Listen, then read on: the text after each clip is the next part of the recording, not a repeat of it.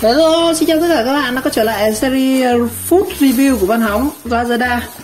Cái này thì mình có một số hai cái mã mì mới ra mắt trên thị trường. Nay chúng ta sẽ ăn thử cái mì Romo khoai tây mới ra mắt nha. Ăn thử xem chất lượng nó như thế nào.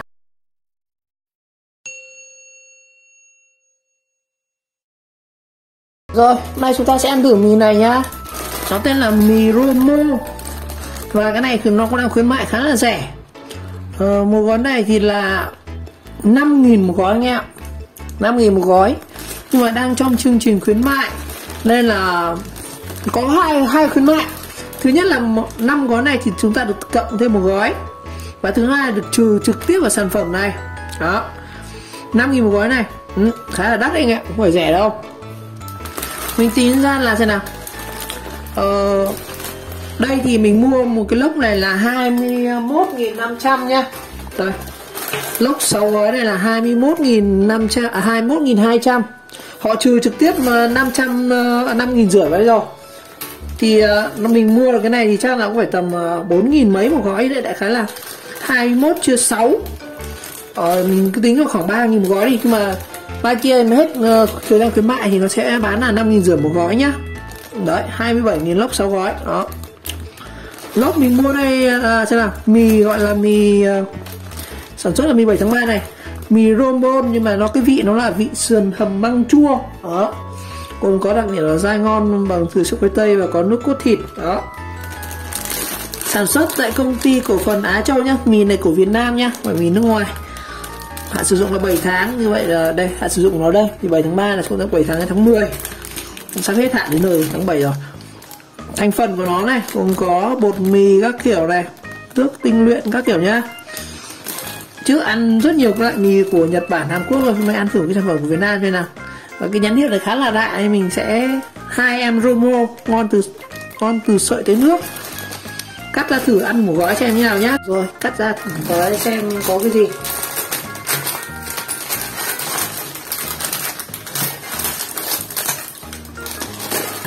Đây, lốc này là 6 gói, 21.000 6 gói. Tính ra là mình mua cũng rẻ đấy chứ, nó khuyến mại mà. Đây, bây giờ người ta ngoài kia thì người ta vẫn sẽ bán lốc này là lốc 6 gói nhá. Đây, 6 gói Romot các kiểu, sườn hầm măng chua. Đó, nhìn có vẻ ngon đấy.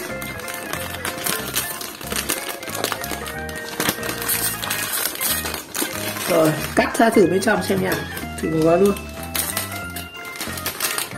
Có khi cắt tôi trước tôi hay rất hay cắt nhầm một gói gia vị ở trên này ấy.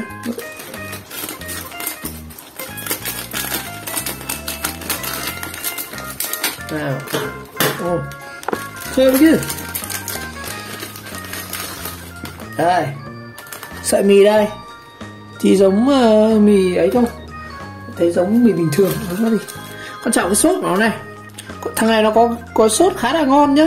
Đây là khá là to chứ phải ngon, đã ăn thử đâu biết là ngon. Đây có nước cốt Romo. Đó. Và ngoài ra chúng ta sẽ có là một gói rau. Như vậy thì con này nó sẽ không có gia vị, mà nó sẽ có luôn là gói nước cốt. Cốt này thì mình xem thành phần nhá. Gói cốt này của nó gồm có là xương, thịt và xương, hành, tỏi, chiết xuất, nấm men, bột, nước tương, rất nhiều, hương măng. Đó. Bây giờ nấu thử ăn thế nào nhá. Mình nước nha. Rồi, ở trong lúc chờ nước sôi thì mình sẽ cho trước hai gói sốt của nó vào xem nha. Cái bản hương măng thì nó sẽ người ta làm màu vàng. Măng màu vàng à? Gia vị này. Anh nhìn gì luôn. Nó không màu vàng anh em, mà nó màu như kiểu màu như mùi thịt rán ấy. Rồi mình sẽ cho tiếp vào gói hành này vào. Nhìn màu sắc có vẻ đẹp nhưng có vẻ hơi mỡ nha anh em. Rồi cho mọi người xem qua nước dùng của nó này. Nước có màu đỏ nha, nhìn khá là đẹp mắt đấy, mùi thì cũng khá là thơm. Rồi nước sôi rồi, mình thả mì vào nhá. Cái này của nó mùi chua chua thơm đấy. thì phải ngon đấy chứ. Rồi, để mình xem cái mì này nấu trong thời gian bao nhiêu phút nha. Chả ghi hướng dẫn sử dụng gì cả. Nấu trong vòng 3 phút thôi nha anh em. Mì này chỉ nấu nhanh thôi, nó không nấu lâu đâu nhá. Ngon lắm, có phải ngon đấy anh em. Nó cũng giá bình dân thôi, không phải là cao quá. Rồi, mình nấu khoảng 2 phút thì nó khá là nát rồi, chắc là mình sẽ bắt ra nha.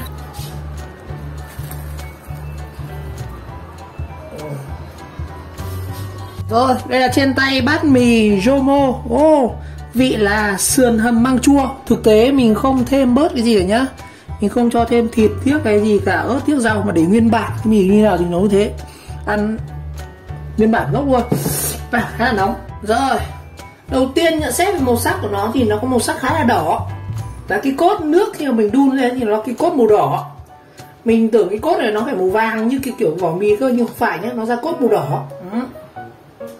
Mùi thì này, nó có mùi kiểu như kiểu nước măng nhá, nó giống kiểu nước canh măng mình hay ăn buổi Tết ấy. Cái canh măng trắng trắng ấy, không phải cái măng đỏ đỏ ăn cái măng tươi chứ không phải măng khô nhá.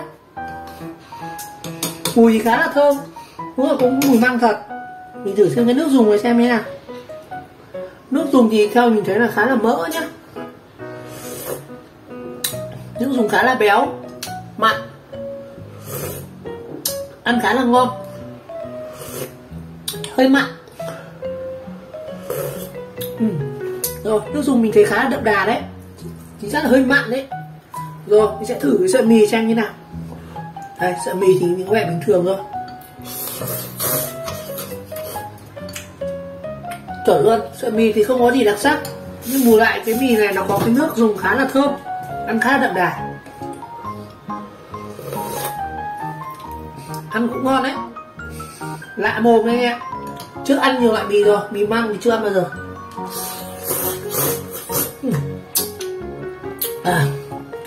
Nước dùng thì rất là bùi luôn, không cay nhá, nó mặn mặn hơi, không chua lắm, mình giác nó thấy nó hơi đậm.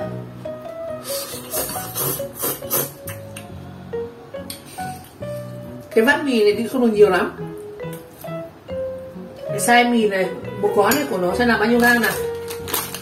Một gói này của nó thì hình như là có 80 gram thôi, nhưng mà khá là bé. Mình ăn bát này rất là no thôi nha. Ăn thử cái mì không trước.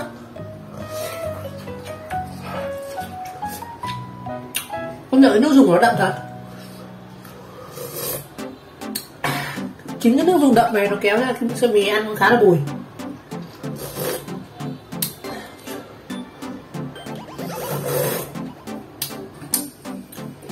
Chắc phải nhận mình là hơi mặn nhé, hơi mặn. Nó đậm đấy, nhưng mà anh em sao phải nấu nhiều nước một chút, mình nấu hơi ít nước, ăn hơi mặn. Bây giờ sẽ ăn cả mì cả nước xem thế nào.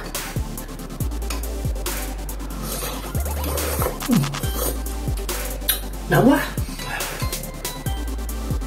ngon đấy. Mình thích ăn kiểu đậm đậm như này nhá, không có vị chua chua của mang, ăn khá là lạ thôi. Sợi mì thì theo mình giá là không ngon lắm, bình thường, nó không to, nó không dai hay sầm sập hay như các loại mì khác nha, bình thường thôi. Được mỗi thằng này nó có nước dùng ngon này, thấy bài quảng cáo là có nước dùng cốt thịt hầm.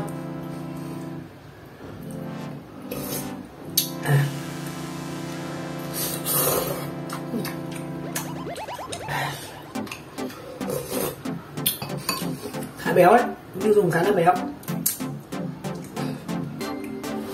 Sao mì nó nóng nhỉ?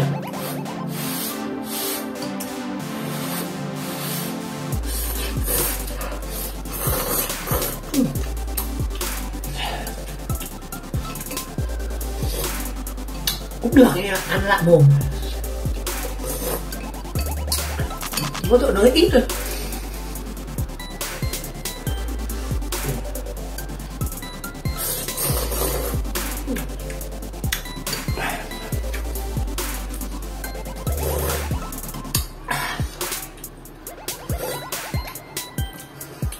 Chính ra thì cái mì này mình nghĩ bán là 5.500 cũng phải hơi mắc đấy.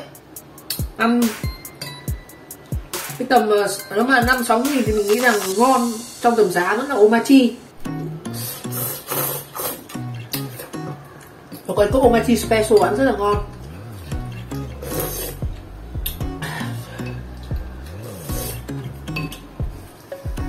Vì sao mình ăn càng đến cuối càng thấy mặn mặn.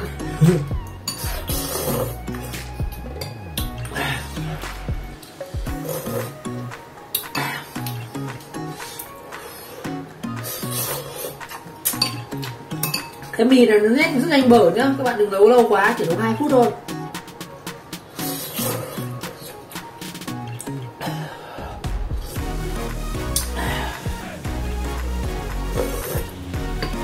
Nó khá là chua đấy nhỉ.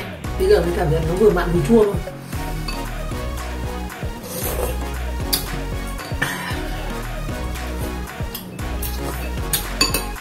Chắc mình thấy thì người Việt Nam mình rất thích ăn cái mì nó vừa chua nó vừa cay nhá. Mì này nó chua nhưng nó không cay.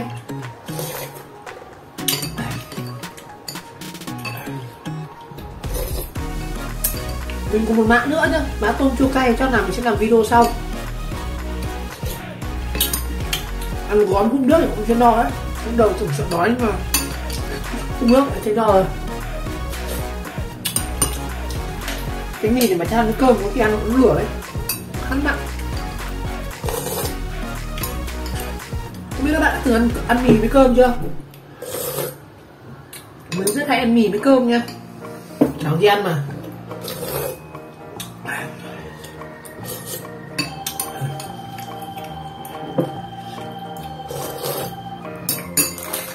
Chẳng bảo không biết nó có chế theo công thức của nước nào không? Có lẽ là cái canh măng này chắc, cái măng chua này chắc chỉ có Việt Nam mới có thôi.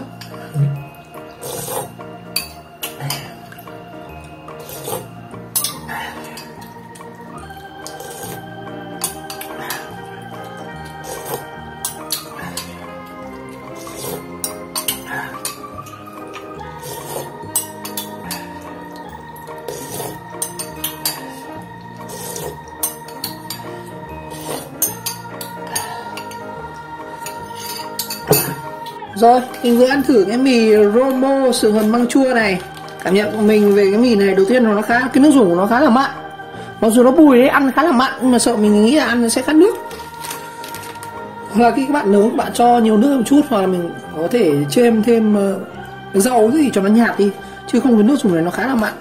Mình ngâm một bát khá là đầy. Và một nhận xét nữa về cái mì này là cái sợi mì mình thấy đánh giá là không ngon lắm.